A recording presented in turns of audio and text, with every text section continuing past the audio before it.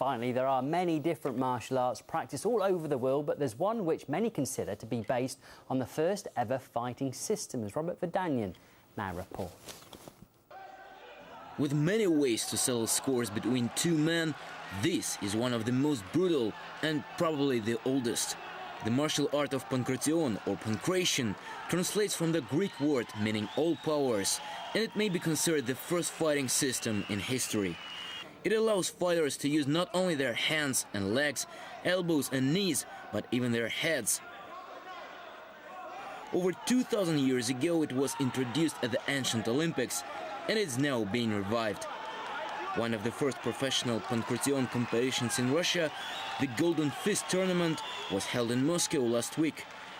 It saw representatives from many different martial arts, all on the same mat.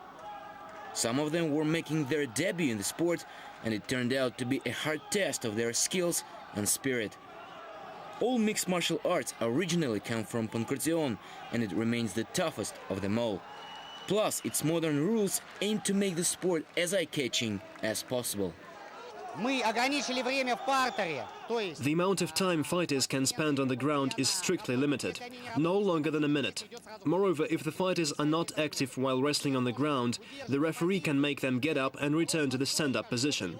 In this respect, панкратиону competitions differ from mixed fight events and are more exciting for the spectators.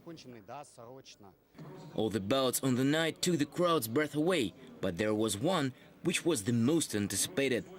In the under 84 kilo category, one Russian fighter had to face a much more experienced opponent from Portugal.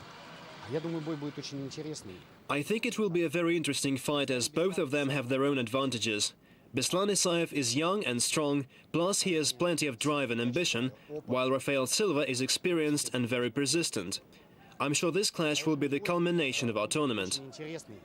And it really was, as apart from being a clash between Isaev's energy and Silva's experience, it was a confrontation of different styles.